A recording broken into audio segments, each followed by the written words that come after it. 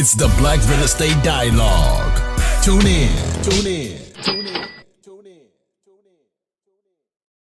The Federal Reserve will cut interest rates 6 times in 2024, according to James Knightley, who is the chief international economist at ING Economics.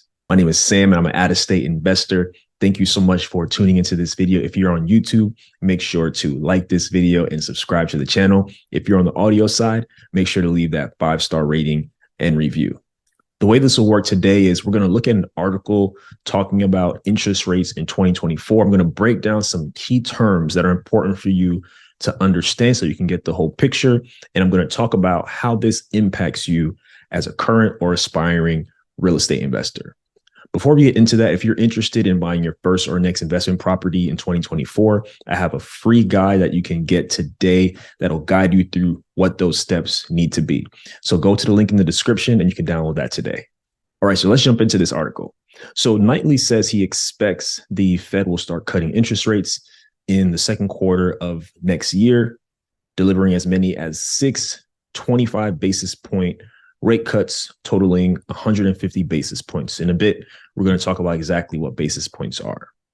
He also says he expects the interest rates cuts to extend into 2025 with at least 4 25 basis point interest rates cuts in 2025. And we're going to get into what the federal funds rate is and what that means for mortgage rates. So the federal funds rate is not the mortgage interest rate, but I'm going to explain later in the video what exactly that is. So make sure you stick around. Meanwhile, the futures market suggests the Fed will cut rates by 125 basis points next year. So a couple predictions out there and theories as to what exactly is going to happen. Knightley expects rate cuts would bring the effective federal funds rate to about 3.83% at the end of 2024 and to 2.83% at the end of 2025, compared with today's federal funds rate of 5.33%. And then UBS, which is a financial services company and investment bank, expect the Fed to cut interest rates by 275 basis points next year in response to a recession. All right, so you might be wondering, what exactly is the Fed or the Federal Reserve System? I know that's a word that's been tossed around like crazy, and you may not actually know what that means, what the Fed means, what the Federal Reserve is. So I pulled up a definition from their website so you can understand exactly what they do.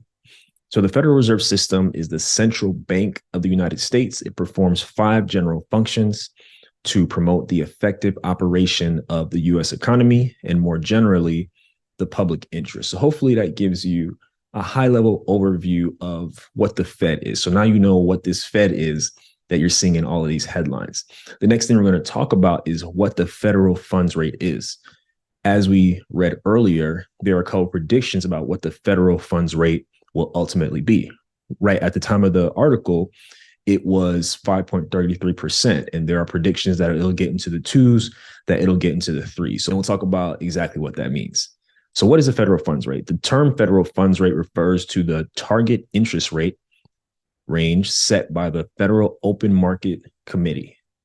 This target is the rate at which commercial banks borrow and lend their excess reserves to each other overnight. Okay, so hopefully that gives you an idea of what that is. The next thing is basis points. We've talked about basis points throughout this article. You've probably heard people throw around the term basis points, and you may not know exactly what that means. And there was a time that I didn't know what it meant either. So we're going to learn together. We're going to learn what a basis point is, and then we're going to look at some examples and also some of their predictions and what that will actually mean. So what are basis points? A basis point is a common unit of measure for interest rates and other percentages in finance. And we're going to look at exactly what that means right now. So some of the predictions that we saw so far are that the federal funds rate will decrease by 160 basis points and 275 basis points. So keep that in mind. And we're going to walk through some examples of what that could look like in real time. Okay. Make sure you're following. All right. So our first prediction is 160 basis points. But before we get into that, I want to walk through just a few examples of basis points in real time. So for example, 25 basis points is a quarter of a percent. So 25 basis points, if you hear that, just know that they mean 0.25%, a quarter of a percent. 100 basis points, if you ever hear that, that means 1%. So 100 basis points means 1%. So the first prediction we heard is 160 basis points. So that would be 1.6%. Okay. And then the second thing we heard is 275 basis points. That is quite significant. And that equals 2.75%. All right. So as I mentioned, 100 basis points is 1%. 25 basis points is 0.25% or a quarter of a percent. So 275 basis points is 2.75%. So hopefully that makes sense. The next thing you might be wondering, all right, we learned all these definitions. We read the article. We know what's going on. How in the world does this impact mortgage interest rates? Because that's what we're here for, right? We're investors, current investors, aspiring investors. So it's important to put all this into context so you understand how this impacts the mortgage interest rate. So we're going to get into that right now. So the Federal Reserve does not set mortgage rates, but its actions indirectly affect mortgage rates. So as of their November 1st meeting, the Fed has raised the benchmark interest rates by a total of 525 basis points. So that equates to 5.25% since the central bankers began raising interest rates in 2022. So as you know, interest rates have run up over the past year, and hopefully everything we've learned so far puts it into context for you. Mortgage rates have risen by about 4.6 percentage points since the beginning of 2022. All right. So as you can see, what happened in this example here?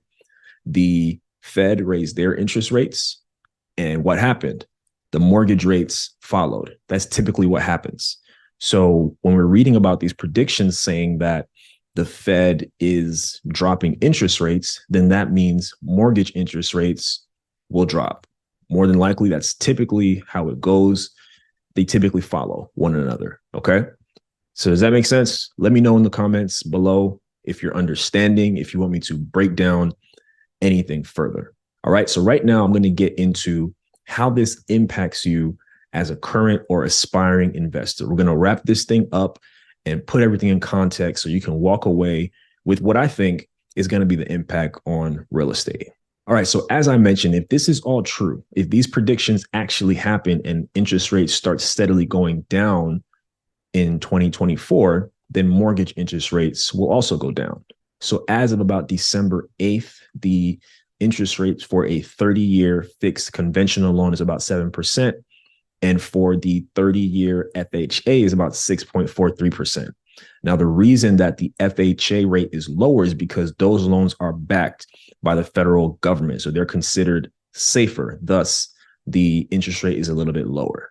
And my prediction is that as interest rates come down, competition will increase. What we've seen over the past year is that a lot of prospective buyers have sat out of the housing market. They've decided not to invest because perhaps they couldn't qualify based on the interest rates, or perhaps they just didn't want to pay what their mortgage would be with a 7-8% plus interest rate.